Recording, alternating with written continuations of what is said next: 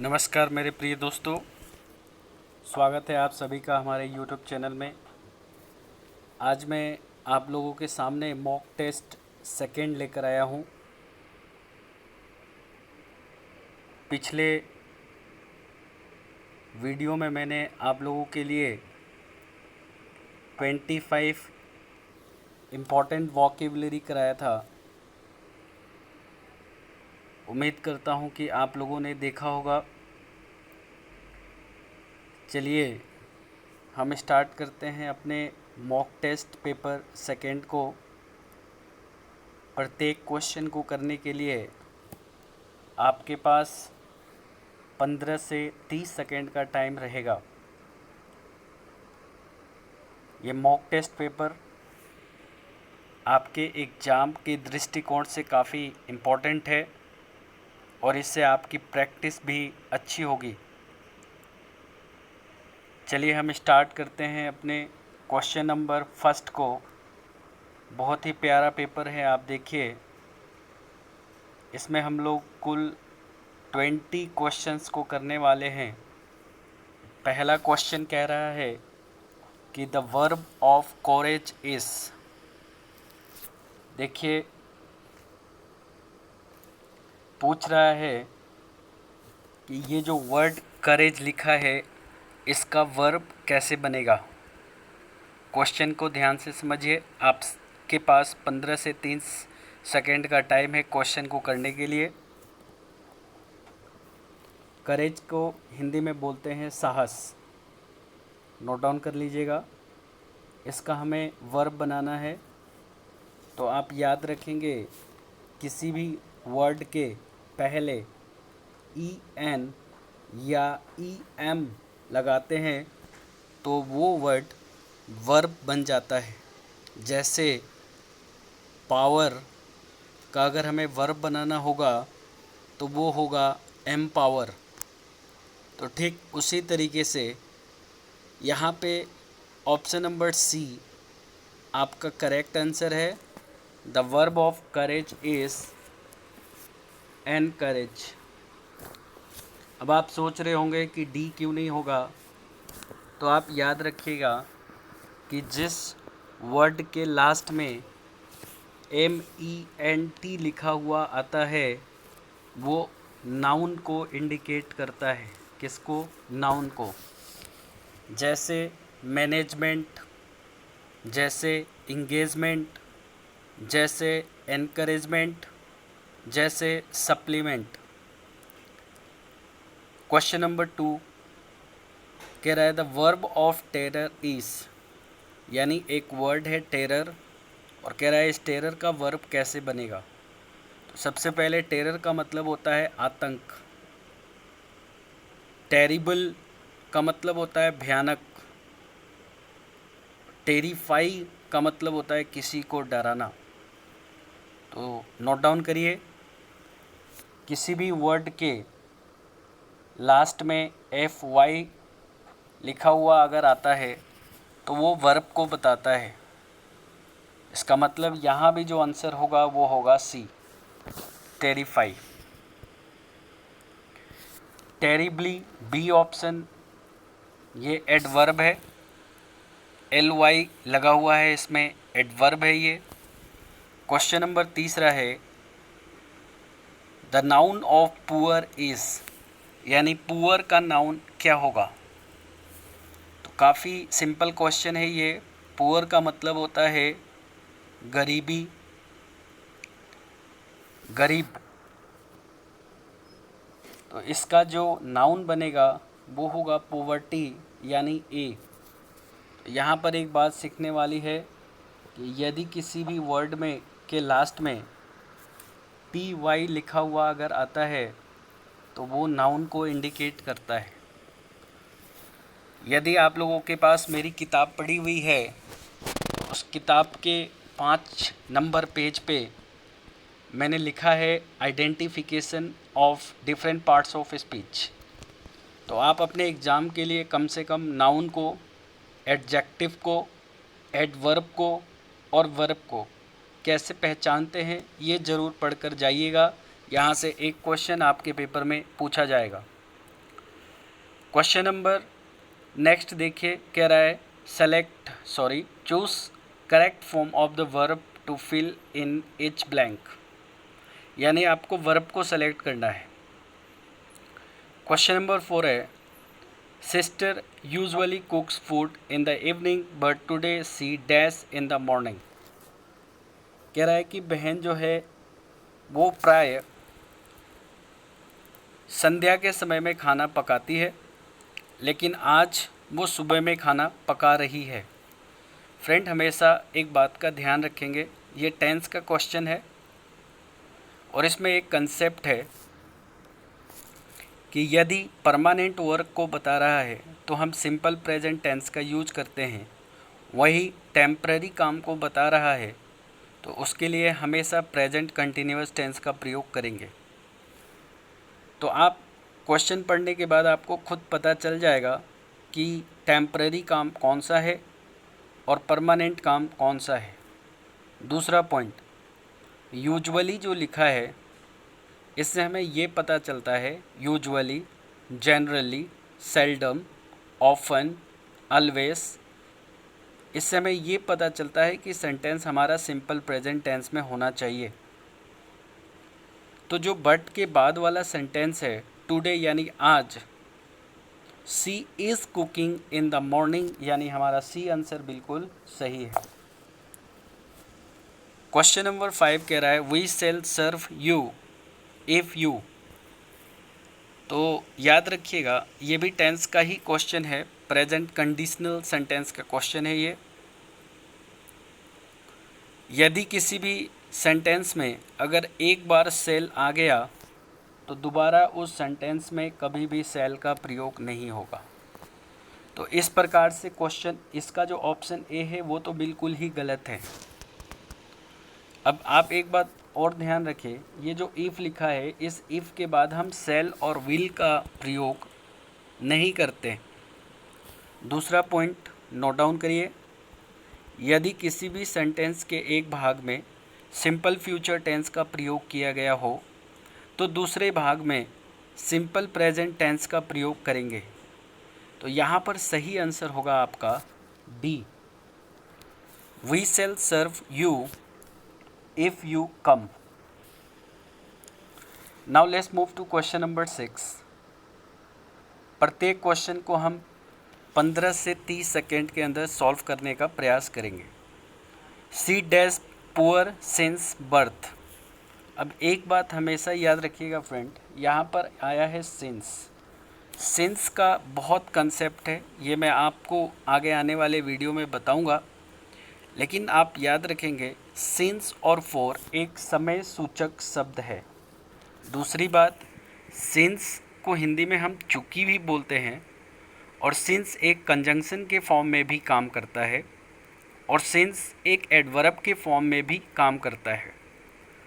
Since और for का प्रयोग हम अक्सर दो ही टेंस में करते हैं, या तो present perfect, past perfect, future perfect, नहीं तो present perfect continuous, past perfect continuous और फ्यूचर परफेक्ट कंटिन्यूअस टेंस में करेंगे।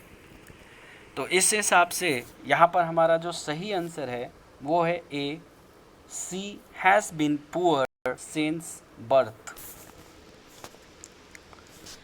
क्वेश्चन नंबर नेक्स्ट देखिए, कह रहा है select the correct preposition for each blank, यानी प्रीपोजिशन से आपके एग्जाम में क्वेश्चन 100% पूछे जाएंगे। There was a bridge dash the river, ये काफ़ी सिंपल क्वेश्चन है। एक्रॉस द रिवर आपका सही आंसर होगा। एक्रॉस का मतलब होता है एक तरफ से दूसरी तरफ। क्वेश्चन नंबर 8 कह रहा है हेल्थ इज़ इसेंशियल, तो याद रखिएगा ये आंसर होगा to, essential to happiness.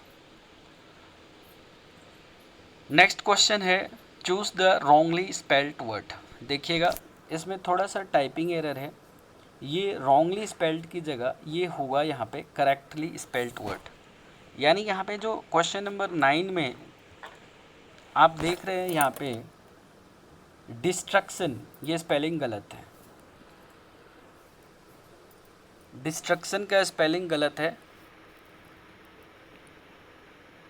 Demonstrator का स्पेलिंग गलत है, और डिस्ट्रीब्यूशन का स्पेलिंग भी गलत है। यानी ये तीनों स्पेलिंग गलत दिए गए हैं।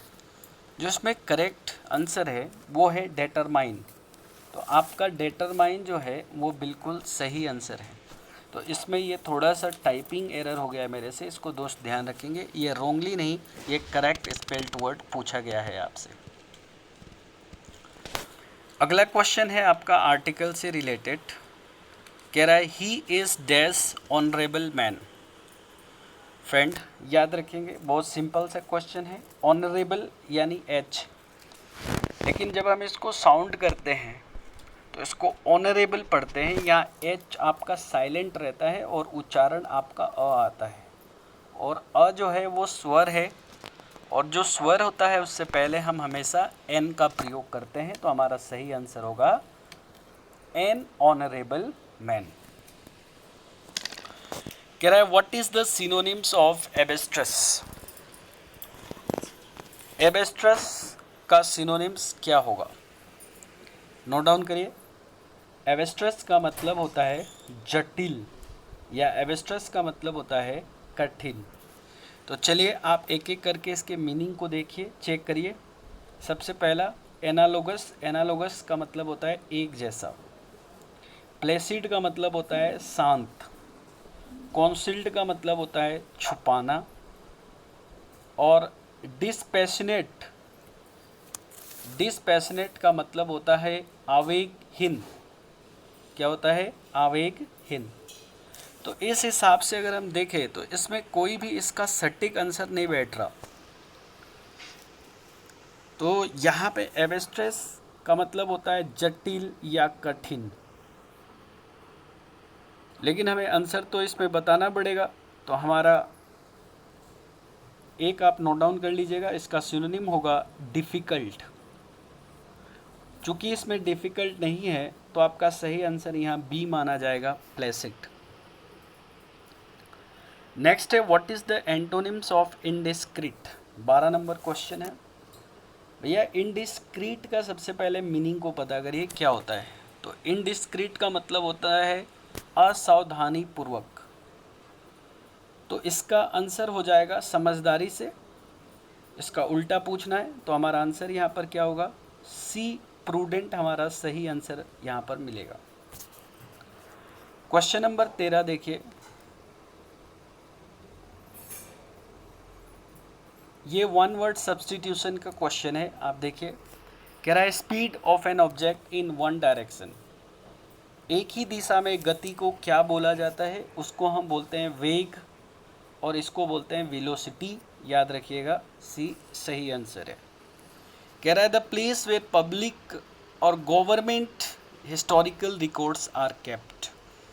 जहाँ पे पब्लिक या सरकारी दस्तावेज को रखा जाता है उसको इंग्लिश में हम आर्कीव्स बोलते हैं, याद रखेंगे। बाकी ऑप्शन आप इसमें डी ऑप्शन देखिए, स्कूलरी। स्कूलरी का मतलब होता है बर्तन धोने का जगह। पेंट्री का मतलब होता है जो ट्रेन में जहाँ खाना वगैरह बनता है। तो इसको आप याद रखेंगे।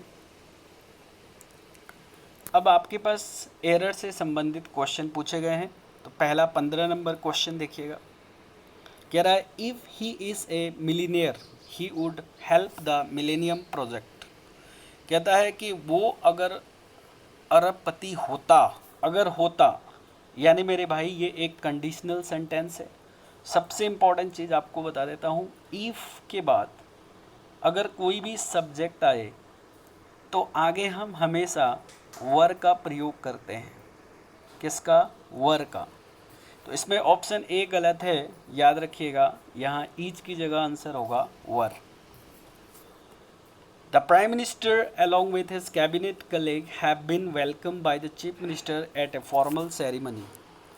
फ्रेंड यहाँ पे सबसे इम्पॉर्टेंट चीज़ है, याद रखिएगा, along with, with note down करिए, with, along with, together with, in addition to, but, beside, except, rather than, accompanied by, governed by, led by से यदि दो सब्जेक्ट को जोड़ा जाता है तो हमारा जो वर्ब आएगा वो हमेशा फर्स्ट सब्जेक्ट के अनुसार आता है।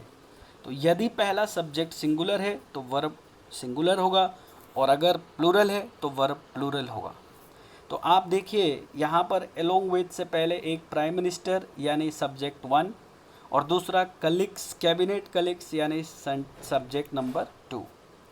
तो अब यहाँ पे हैव लिखा है, ये गलत है, यहाँ आंसर हो जाएगा आपका हैज। तो किस सेक्शन में एरर है भाई? बी में गलत दिया गया है, तो आप इसको याद रखेंगे, बी सेक्शन गलत है। इडियम फ्रेजेस के क्वेश्चन को देखिए। To keep the wolf from the door, इसका सही आंसर है एस्केप स्टारवेशन, बी आंसर आपका सही है। आपके एग्जाम में डायरेक्ट इनडायरेक्ट के क्वेश्चन पूछे जाएंगे। कह रहा है my friend said I am living today, हमेशा याद रखिएगा। चलिए इसका ट्रिक देखते हैं। ये सेड पास्ट है और ये आपका प्रेजेंट कंटिन्यूअस है, तो सीधा पास्ट कंटिन्यूअस में चेंज हो जाएगा। तो आप ऑप्शन में देखिए पास्ट कंटिन्यूअस कहाँ है, तो भैया पास्ट कंटिन्यूअस देखिए यहाँ पर बी भी है और डी भी है, यानी ए ऑप्शन और सी ऑप्शन आपका गलत है। तो अब बी और डी को हम चेक करते हैं। तो my friend set coma inverted coma को हटा के डेट हो जाएगा। ये आई फर्स्ट पर्सन है तो सब्जेक्ट के अकॉर्डिंग माई फ्रेंड, तो माई फ्रेंड के अकॉर्डिंग हमारा आंसर हो जाएगा ही, और ही के बाद हम वाज लेंगे, वाज के बाद लिविंग, और टुडे को डेट डे कर देंगे। तो देखिए यहाँ भी कुछ टाइपिंग एरर थोड़ा सा हो गया है। अब यहाँ पे सही आंसर हम इसको डी को मान लेते हैं। यहाँ पे डेट डे, ये जो 2 है बीच में, इस 2 को हटा देंगे तो हमारा आंसर हो जाएगा डेट डे। तो डी आंसर हमारा बिल्कुल सही है। क्वेश्चन नंबर 19 कह रहा है she said to me what can I do for you, मैं तुम्हारे लिए क्या कर सकता हूँ, ये भी आपको बनाना है।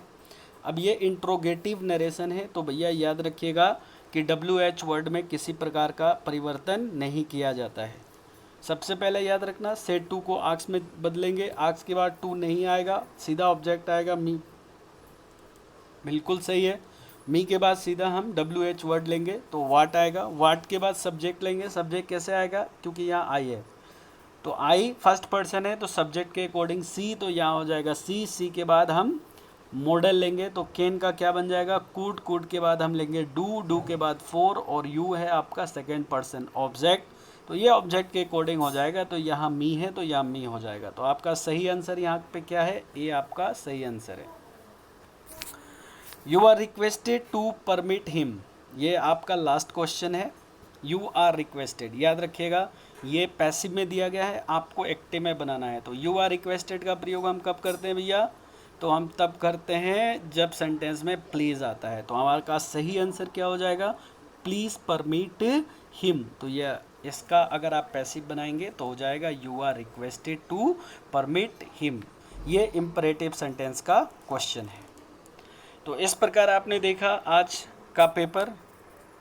उम्मीद करता हूँ कि आप लोगों को काफ़ी अच्छा लगा होगा।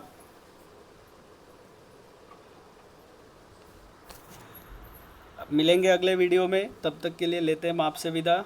एक बार फिर से जय हिंद, जय भारत।